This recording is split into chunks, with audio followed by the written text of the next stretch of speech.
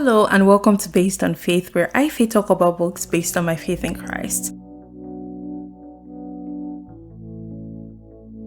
Today I'm not reviewing a book, but I'm going to be talking about the books I plan to read in December. I haven't ever done a TBR video, so this is my first one. We'll see how it goes. But very quickly, I don't just read Christian books. If I said I just read Christian books, that would be a great lie. But under the umbrella of Christian books, here are some of the books I plan to read.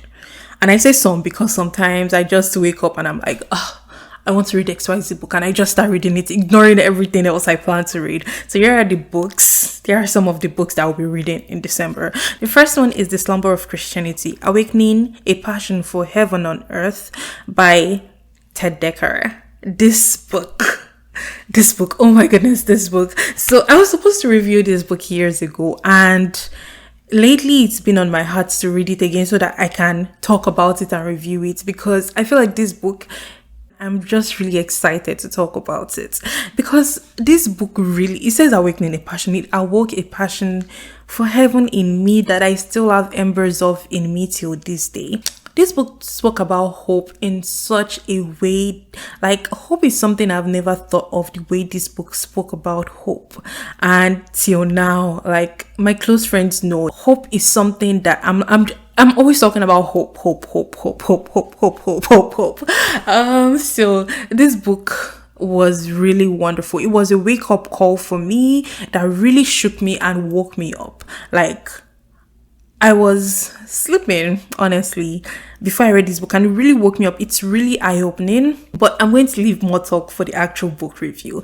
It's non-fiction, it's Christian, of course, and I really am excited to read it and talk about it, because lately in church, like, I've been hearing so many messages about hope, and some books I read, I hear about hope, and I'm just like, it just brings me back to this book, and I'm like, why did I not review it when I read it those years ago? So I am really excited to talk about it when I do reread it. Moving on to the second book. So the second book I'll be reading is The Princess by Laurie Wick.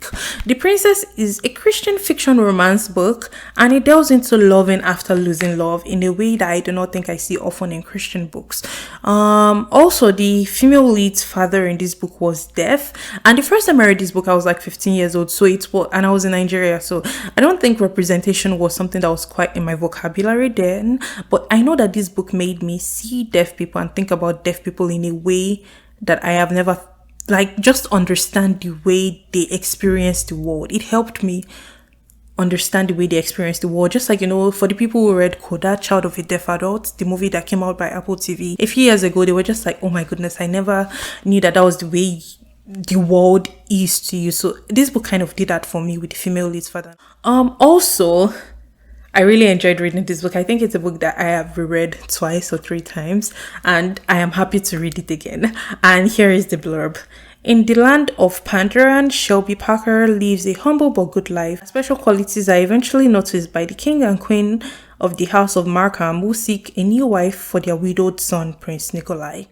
To uphold the tradition of their country, Shelby and Nikolai agreed to an arranged marriage, but while Nikolai is a perfect gentleman in public, he remains distant at home, leaving Shelby to wonder what is in his heart. Will the prince ever love her as he did his first wife? Can the faith they share overcome the barriers between them?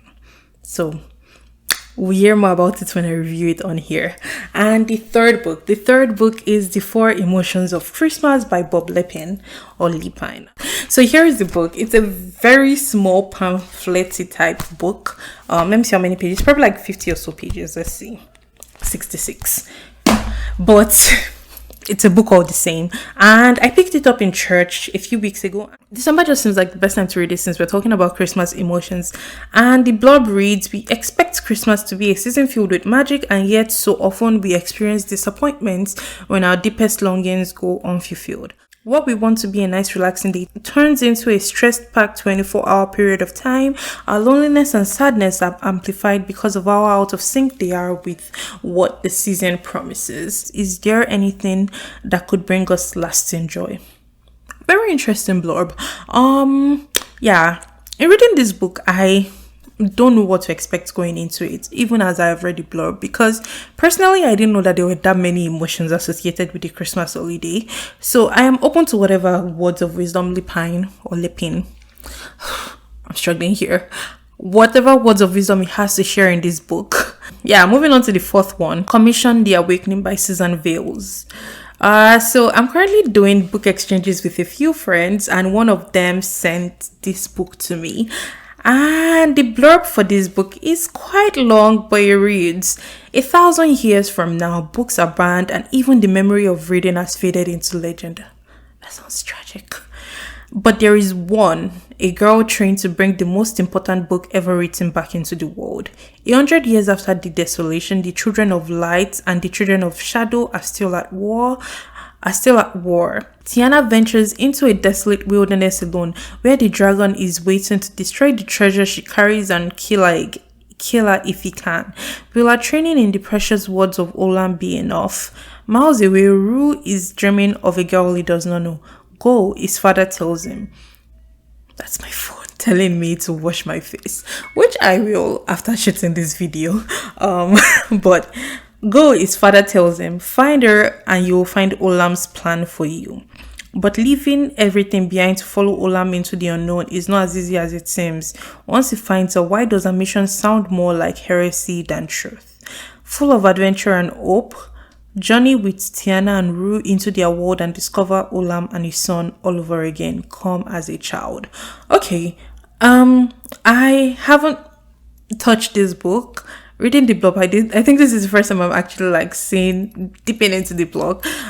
So Olam here is probably Elohim, Adonai, God Almighty, maybe one of his names in another language. His son here, H is capitalized, so Olam is probably the son of God. The dragon, it's giving me Revelation. It's reminding me of Revelation, and books are banned. That just sounds very tragic, but I'm excited to read it. It sounds like a nice fantasy read. So the genre I'm going to be getting is Christian fantasy. Here's the book, Commission The Awakening. So the cover looks nice-ish. I'm excited to read it. I probably will read it right after I finish reading The Princess, because I'm super excited to reread that. And I'm also supposed to read this in tandem with one of my friends. So I'm waiting for her to finish reading a book I already finished reading and that she's currently reading. I'm like, it is well. I'm not going to rant about my friend on here. I've ranted enough to her. And she knows that she needs to finish that book very quickly so that we can start this one. So I'll just wait for her. I'll give her grace till mid-December. And those are all the Christian books I plan to read for the month of December. Because I'm trying to be practical. I most probably will read more, but let's be practical. And the secular books I plan to read, the first one is Stay With Me by Ayobami Adebayo. So this is one of the books that got exchanged with me, and it's a historical fiction Nigerian book that gives voice to both a husband and a wife as they tell the story of their marriage and the forces that threaten to tear it apart. The blurb says Yejide and Akin have been married since they met and fell in love at university. Though many expected Akin to take several wives, he and Yejide have always agreed polygamy is not for them. But 4 years into their marriage, after consulting fertility doctors and healers, trying strange teas and unlikely cures, Yejide is still not pregnant. She assumes she still has time until her family arrives on her doorstep with a young woman they introduce as Yejide's second wife. God give me grace. Furious, shocked, and livid with jealousy, Yejide knows the only way to save her marriage is to get pregnant, which she finally does, but at a cost far greater than she could have dared to imagine. An electrifying novel of enormous emotional power, Stay With Me asks how much we can sacrifice for the sake of family, and that is a very interesting blurb. So it's one of the books I'll be reading. I probably will put it right after The Princess, before Commission. If my friend is done with the book she's reading, I'll put it behind Commission and read it after the Commission. And the second secular book that I'm reading is going to be How to Win Friends and Influence People by Dale Carnegie. I know the title sounds. I'm part of a book club at work, and this is one of the books we're reading. I've only read the preface so far. If I'm being very honest, Seth, it's not supposed to be a book I'm reading in December, because we were supposed to read it in November, and we're talking about it in 2-3 days time from me shooting this video, so before November ends. I'm probably going to release this video sometime in December, but I was supposed to finish reading this book in November. I'll still attend the book club meeting. It's life, nobody can punish me. I'm so sorry, but yeah, I'm just going to be very honest with that. So it's a non-fiction self-help book that I have only read the preface of, like I mentioned, and I hopefully hope to finish it in December. And the last one, this is really a stretch goal for me because I don't see myself finishing 2 non-fiction books.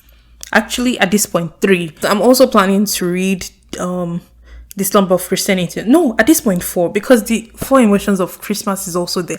And I'm still reading this book, The Pursuit of God by A.W. Tozer. So I'm just like, honestly, this is stretch goal, if we're being very honest. But stretch goal is Crying in H-Mat by Michelle Zona. So Crying in H-Mat is a memoir about Michelle growing up Korean American, losing her mother and forging her own identity. So I attended a conference that Zona spoke at, and I now want to read the book. It's as simple as that. Yeah, she spoke. I was like, that sounds interesting. I want to read it now. And those are all the books I plan to read in December. It's quite a lot. That's how many. 1, 2, 3, 4, 5, 6, 7 plus the one I'm currently reading, 8. God give me strength, God give me grace. If I'm being very honest, I'm doing this video the week November ends, and I am thinking I'm going to start reading The Princess tonight. So The Princess might not even be a December read, it might be a November read. So I might be able to make it. And December is a holiday month, so there'll be a few breaks here and there, when I can maybe read a few more books, because for fiction books it takes me like 2 days to finish them if I'm really into them. 1 day if I do not sleep, which tends to be more often than not. Not that I'm recommending anyone do that, of course. Do not do that. Never do that. Don't destroy your sleep cycle over books. It's not worth it.